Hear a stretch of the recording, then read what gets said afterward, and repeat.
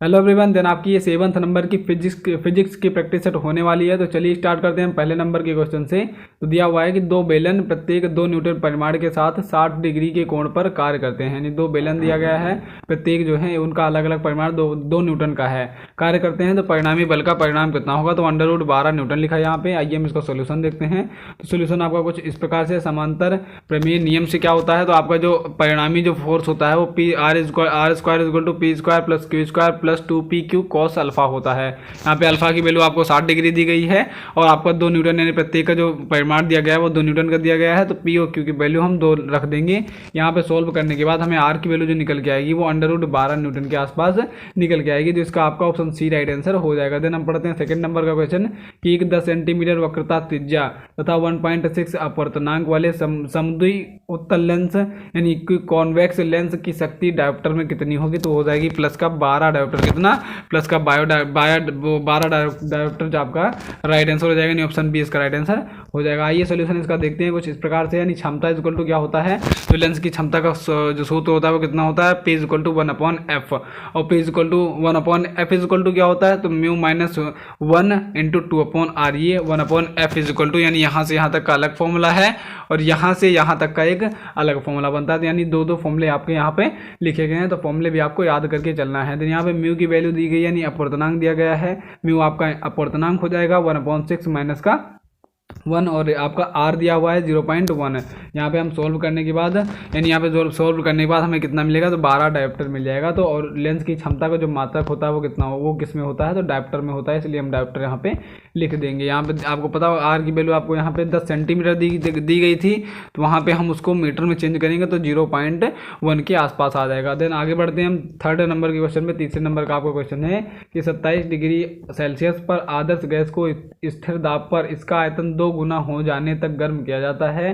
तो अब गैस का ताप कितना हो जाएगा? तो वो कितना हो जाएगा? 327 डिग्री सेल्सियस हो जाएगा। अब कैसे होगा, आइए हम इसका सॉल्यूशन देख के पता करते हैं। तो यहाँ पे आपका स्थिर दाब पर फॉर्मूला क्या होता है? तो स्थिर दाब पर जो होता है वो वॉल्यूम डायरेक्टली प्रोपोर्शनल होता है टाइम के। तो यहाँ पे V1/V2 = T1/T2 हो जाएगा। तो यहाँ से V1/V2 = 1/2 दिया हुआ है और T1 = क्या हो जाएगा? यानी 273 प्लस का 27, वो आपका डिग्री सेल्सियस में दिया हुआ है। तो उसको हम केल्विन चेंज करेंगे। केल्विन में चेंज करने के लिए उसमें 273 का ऐड करना पड़ता है। तो यहाँ पे केल्विन में चेंज करने के बाद हमें 200 आपका T2 की वैल्यू कितनी निकली है? सिंक का ताप जो है, यानी जो सेकंड वाला ताप है वो कितना निकल के आया? वो 600 केल्विन के आसपास निकल के आया। अब हमें इसे डिग्री सेल्सियस में चेंज करना है, तो माइनस कर देंगे 273 का, तब हम वो डिग्री सेल्सियस में उसका जो टेम्परेचर वो फाइंड कर पाएंगे। तो 327 डिग्री सेल्सियस आपका टेम्परेचर आ जाएगा। देन यहाँ पे ऑप्शन 20 का राइट आंसर हो जाएगा। देन चौथे नंबर का आपका क्वेश्चन है कि यदि एक ग्रह ए त्रिज्या की वृत्ताकार कक्षा में तथा परिभ्रमण काल T से सूर्य के चारों ओर परिभ्रमण करता है, तो K जो है धनात्मक स्थिरांक कितने के बराबर हो जाएगा? तो यहाँ पे हो जाएगा T = K A/3/2 T = K A/3/2। यहाँ पे हम आइए फोर्थ नंबर का सॉल्यूशन देखते हैं। तो ग्रहों की गति के केपलर के तृतीय नियम के अनुसार जो आपका आवर्तकाल का स्क्वायर जो होता है वो उसकी त्रिज्या के क्यूब के बराबर होता है। तो यहाँ पे T की वैल्यू, और जब हम कांस्टेंट वो प्रोपोर्शनल का साइन हटाएंगे तो कांस्टेंट मिल जाएगा। तो T = आ जाएगा K A/3/2। तो यहाँ पे इसका चौथे का B आपका राइट आंसर हो जाएगा। देन आगे बढ़ते हैं पाँचवें नंबर के क्वेश्चन में। पाँचवें नंबर का क्वेश्चन आपका है, एक निर्वात डायोड में प्लेट धारा I प्लेट वोल्टता V के साथ परिवर्तित है। तो यहाँ पे क्या हो जाएगा? तो V = 3/2 हो जाएगा। आइए इसका सॉल्यूशन देखते हैं। तो इसका सॉल्यूशन कुछ इस प्रकार से, यानी IP = क्या होता है? KV/3/2। यानी यहाँ K नियतांक है जो डायोड वाल्व की ज्यामिति पर निर्भर करता है। इस समीकरण को चाइल्ड का समीकरण भी कहते हैं। तो पूछा जा सकता है चाइल्ड का समीकरण क्या है? तो IP = KV/3/2 हो जाएगा आपका चाइल्ड का समीकरण। देन यहाँ पे छठवें नंबर का क्वेश्चन है कि एक 2 मीटर लंबाई का तंतु दोनों सिरों पर आबद्ध किया गया है। यदि यह तंतु अपने सामान्य मोड में 500 हर्ट्ज की आवृत्ति पर कंपित होता है तो तरंगे इस तंतु पर गमन करेंगी। किस वेग से गमन करेंगी? तो 500 मीटर प्रति सेकंड के वेग से वो गमन करेंगी। आइए इसका सोल्यूशन देखते हैं। तो सोल्यूशन कुछ इस प्रकार से, चौथे सामान्य मोड में तंतु 4 खंडों में कंपन करेगा। तो यहाँ पे आपका जो फॉर्मूला निकल क्या आ जाएगा, क्या del x is equal to del phi into 2 pi upon lambda, उस फॉर्मूले से हम निकाल लेंगे। तो एल इज इक्वल टू क्या आ जाएगा 4 इंटू लेमडा बाई 2। यहाँ से एल की वैल्यू कितनी निकली, 2 से 2 कट जाएगा यहाँ पे, तो 2 लेमडा आ जाएगी, लेंथ आ जाएगी। देन यहाँ पे लेमडा इज इक्वल टू क्या आ जाएगा एल बाई 2, और एल का वैल्यू 2 दिया गया हुआ है, तो वहाँ पे 1 मीटर निकाल लेंगे। और आपका वेलोसिटी का फॉर्मूला क्या होता है, तो वेलोसिटी इज इक्वल टू होता है आपका आवृत्ति गुणे आपका तरंग दैर्घ्य। तो यहाँ से 500 गुणे 1 हो जाएगा, तो 500 मीटर प्रति सेकंड का उसका वेग हो जाएगा। देन आगे बढ़ते हैं हम 7वें नंबर के क्वेश्चन पे। ट्रायोड के अन्योन्य अभिलक्षण म्यूचुअल कैरेक्टरिस्टिक्स का एक संबंध है, किससे है एक संबंध का, तो आइए हम देखते हैं यहाँ पे। तो इसका संबंध है ग्रिड वोल्टता तथा प्लेट धारा के बीच, यानी ऑप्शन डी इसका राइट आंसर हो जाएगा। आइए सॉल्यूशन इसका देखते हैं। सॉल्यूशन में कुछ एक्सप्लेनेशन दिया गया है कि जेनर डायोड को ब्रेक डाउन क्षेत्र में इस्तेमाल किया जाता है, और ब्रेक डाउन की स्थिति में आरोपित बैटरी विभव को परिवर्तित करने पर भी डायोड के सिरों पर विभवांतर नहीं बदलता, और यह डायोड दिष्ट स्थिर आउटपुट वोल्टेज प्राप्त करने के लिए प्रयोग में लाया जाता है। देन आगे बढ़ते हैं हम 8वें नंबर के क्वेश्चन पे। तो 8वें नंबर का आपका क्वेश्चन है कि एक तार को 1 किलो न्यूटन बल द्वारा 1 मिलीमीटर खींचा जाता है, तार को खींचने में किया गया कार्य कितना होगा। तो यहाँ पे बल का दिया गया है डेफिनेशन, और आपका लेंथ की भी दी गई है, तो कार्य जो होता है वो F/d होता है। तो यहाँ पे 0.5 जूल करना पड़ेगा। आइए इसका सोल्यूशन देखते हैं। तो तार को खींचने में जो किया गया कार्य होता है वो अलग उसका फॉर्मूला बना हुआ है, W is equal to 1/2 F into L. F हो गया आपका न्यूटन या बल हो गया, और लेंथ हो गई एल से। तो W is equal to 1/2 F into L. यहाँ पे हम वैल्यू पुटअप करने के बाद हमें कितना मिल जाएगा, तो 0.5 जूल के आसपास आपको मिल जाएगा। देन आगे बढ़ते हैं हम 9th नंबर का आपका क्वेश्चन है कि 1 मीटर लंबे 4.9 इंटू 10⁻⁴ किलोग्राम द्रव्यमान वाले तंतु को 19.6 न्यूटन तनाव में रखा जाता है। यदि तंतु एक खंड में कंपित होता है तो कंपन की आवृत्ति कितनी हो जाएगी, तो कंपन की आवृत्ति 100 हर्ट्ज हो जाएगी, 100 हर्ट्ज के आसपास हो जाएगी। इसका सोल्यूशन कुछ इस प्रकार से, आवृत्ति का फॉर्मूला यहाँ पे लगाया इन्होंने। n इज इक्वल टू क्या होता है 1/2L √T/m। यहाँ पे इन्होंने वैल्यू पुटअप कर दी, तो आवृत्ति की वैल्यू क्या निकल के आ गई 100 हर्ट्ज। और यहाँ पे कहीं और को जाना नहीं, आपको वो फॉर्मूला याद कर लेना है। टी की वैल्यू दी गई है, एम की वैल्यू दी गई है, यहाँ पे पुटअप कर देंगे, आपको हर्ट्ज आपका 100 हर्ट्ज निकल आएगा। उसके बाद हम आगे बढ़ते हैं।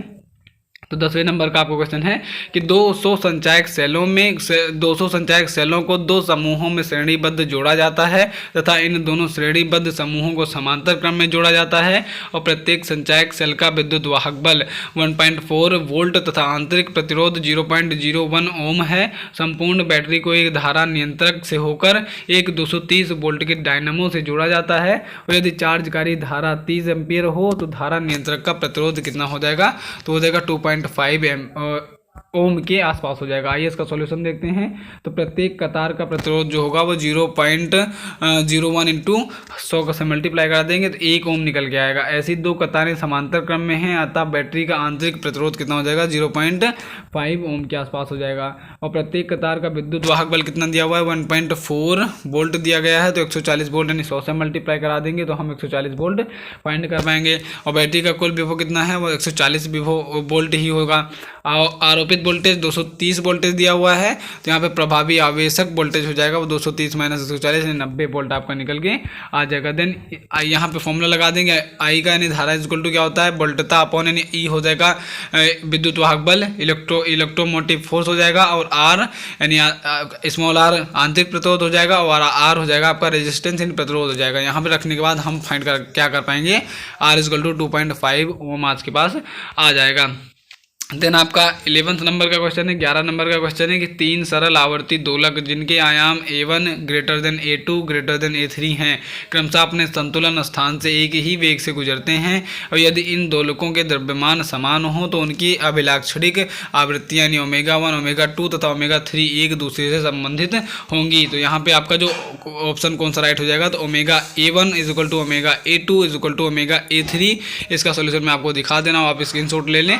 नहीं थोड़ा सा यहाँ पे लिखा हुआ है, बस इसे मैं पढ़ देता हूँ। तो आपका यहाँ पे क्या लिखा हुआ है, दोलक का अधिकतम वेग यानी ए ओमेगा बी इक्वल टू क्या होता है ए ओमेगा संतुलन स्थिति को पार करते समय होता है। यह सभी दोलनों के लिए समान दिया हुआ है, यानी यहाँ पे आपका राइट आंसर क्या हो जाएगा, ऑप्शन ए राइट आंसर हो जाएगा। देन हम पढ़ते हैं 12 नंबर का आपका क्वेश्चन है कि निम्नलिखित कथनों पर विचार कीजिए। सरल आवर्त गति करते हुए एक कण संपूर्ण ऊर्जा निर्भर करती है।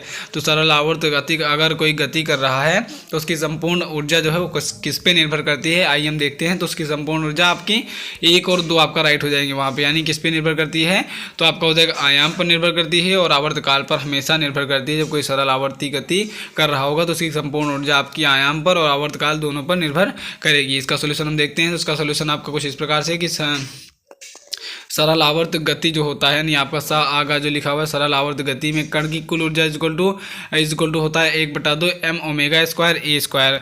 अब यहाँ पे ओमेगा इक्वल टू 2π/t रख दिया इन्होंने। इसको सॉल्व करने के बाद ई की वैल्यू आपकी डायरेक्टली प्रोपोर्शनल आ गई ए स्क्वायर के, और ई डायरेक्टली प्रोपोर्शनल हो गया 1/t स्क्वायर के। अतः ई आयाम ए तथा आवर्तकाल टी पर निर्भर करती है।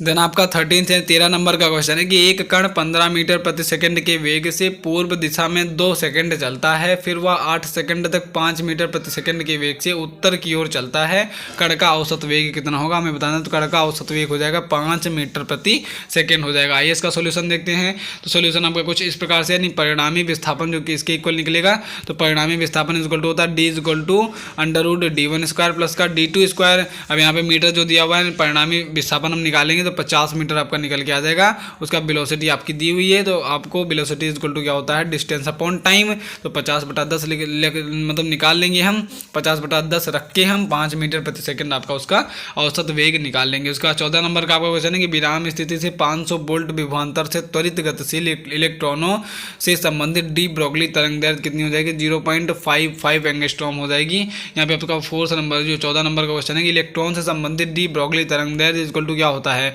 लेमडा इक्वल टू फॉर्मूला क्या होता है 12.27 एंगस्ट्रॉन अपॉन √v, यानी वेलोसिटी को आपको आवर्ती भी मानना है यहाँ पे। तो लैम्डा इक्वल टू क्या निकल के आ जाएगा, यहाँ पे हम इसको डिवाइड करा देंगे √500 से, तो आपका 0.55 एंगस्ट्रॉम आपका निकल आएगा। यानी वेलोसिटी वहाँ वो आपका v जो दिया हुआ है वोल्ट दिया हुआ है, क्या वोल्ट दिया, तो वोल्टता के फॉर्म में आपका डी ब्रोगली जो तरंग दैर्ध्य होता है उसका फॉर्मूला आपको नोट करके रखना है कि 12.27 एंगस्ट्रॉम अपॉन √v हो जाएगा। देन आगे बढ़ते हैं। 15 नंबर का क्वेश्चन है कि एक रेडियो एक्टिव पदार्थ की अर्धायु 60 वर्ष है, इसके छयांक तथा औसत आयु की गणना कीजिए। तो कितना हो जाएगा, ए आपका 1.155 इंटू 10⁻⁻2 प्रति वर्ष और 86.5 वर्ष आ जाएगा। इसका आपका सोल्यूशन कुछ इस प्रकार से है, यानी 6 नियतांक का फॉर्मूला क्या होता है, lambda equal to 0.693 upon T half. अर्धायु कहते हैं टी हाफ को, तो 0.693 अपॉन टी हाफ, और टी हाफ की वैल्यू 60 दी गई है।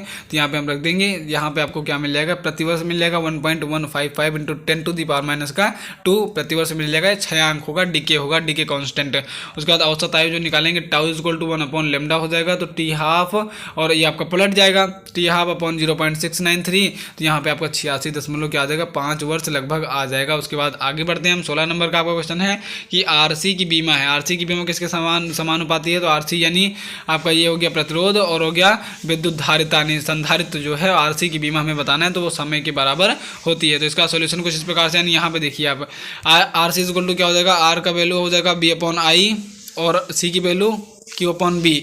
तो यहाँ पे आपका क्या हो जाएगा, यानी इसको चेंज करने पे ये बनेगा I इंटू T/I, आई से आई कट गया तो टी के वैल्यू क्या निकल गया, समय आ जाएगा। इसको आप नोट करके लिखना, कॉपी में लिखना, वहाँ पे आपको समझ में आ जाएगा क्लियर। आरसी की बीमा समय के इक्वल होती है। देन आगे बढ़ते हैं। 17 नंबर का आपका क्वेश्चन है कि निम्नलिखित रेडियो एक्टिव 6 में उत्सर्जित अल्फा तथा बीटा कणों की संख्याएं क्रमशः हैं। तो इसमें जो है वो अल्फा बीटा कणों की संख्याएं कितनी हो जाएंगी, तो 8 और 6, यानी 90 से 80 हो गया तो कितने अल्फा करने के लिए, और 200 से 168 हो गया तो कितने बीटा करने के लिए, ये बताना हमें। तो यहाँ पे आइए हम इसका सोल्यूशन देखते हैं। तो 90x200 है, ये आपका निकला, तो 2 हीलियम के 2 परमाणु निकल गए और आपका एक पॉजिट्रॉन निकल गया यहाँ से।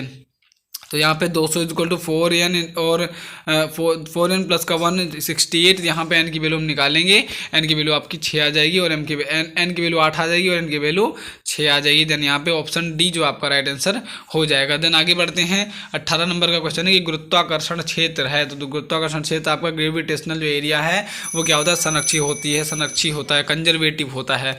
देन आगे यहाँ पे हम बढ़ते हैं। 18 नंबर का जो आपका एक्सप्लेनेशन है उसे देख लेते हैं। तो संरक्षी क्षेत्र वह बल क्षेत्र क्षेत्र है जिसमें किसी टेस्ट कण को एक बिंदु से दूसरे बिंदु तक ले जाने में किया गया कार्य उस मार्ग पर निर्भर नहीं करता जो उन बिंदुओं के बीच अपनाया जाता है। उदाहरण के लिए अदिश विभव क्षेत्र, स्थिर विद्युत क्षेत्र तथा गुरुत्वाकर्षण क्षेत्र। ये हो जाएगा क्या आपका, ये भी आपका वो संरक्षित क्षेत्र कहलाएंगे, विभव क्षेत्र, स्थिर विद्युत क्षेत्र तथा गुरुत्वाकर्षणीय क्षेत्र। उसके बाद आगे बढ़ते हैं। 19 नंबर का आपका क्वेश्चन है कि निम्नलिखित में समान विमाएं नहीं है, तो किसकी जो समान विमाएं नहीं है, तो कोणीय संवेग और प्लांक नियतांक इसका है, और आवेग तथा संवेग इसका भी है, अभी कल के वीडियो में मैंने करवाया था। कार्य तथा बल आघूर्ण की इसका भी सेम है। देन आपका फोर्थ जो दिया गया जड़त्व आघूर्ण तथा बल आघूर्ण, इसकी बीमा समान नहीं होती है।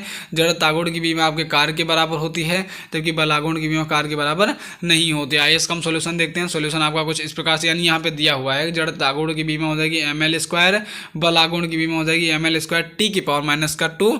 आपका इतना हो जाएगा। अतः इन जोड़ों की बीमाएं जो समान नहीं है, और अन्य जीरो मतलब यहाँ पे जो अन्य जोड़ों की बीमाएं समान है, इनकी जो समान नहीं। आगे हम बढ़ते हैं 20वें नंबर के क्वेश्चन पे। आपका 20 नंबर का क्वेश्चन है कि दो सेल जिनमें प्रत्येक का विद्युत वाहक बल E तथा आंतरिक प्रतिरोध R है, प्रतिरोध R के सिरों के बीच समांतर क्रम में जोड़े जाते हैं और प्रतिरोधक को दी गई शक्ति अधिकतम है, तो कितनी हो जाएगी, R=r/2, यानी आंतरिक प्रतिरोध का हाफ हो जाएगा, कैपिटल R। यहाँ पे सोल्यूशन आपका इस प्रकार से दिया हुआ है कुछ कि अधिकतम धारा बहने के लिए शर्त क्या है, तो बाह्य प्रतिरोध = आंतरिक प्रतिरोध।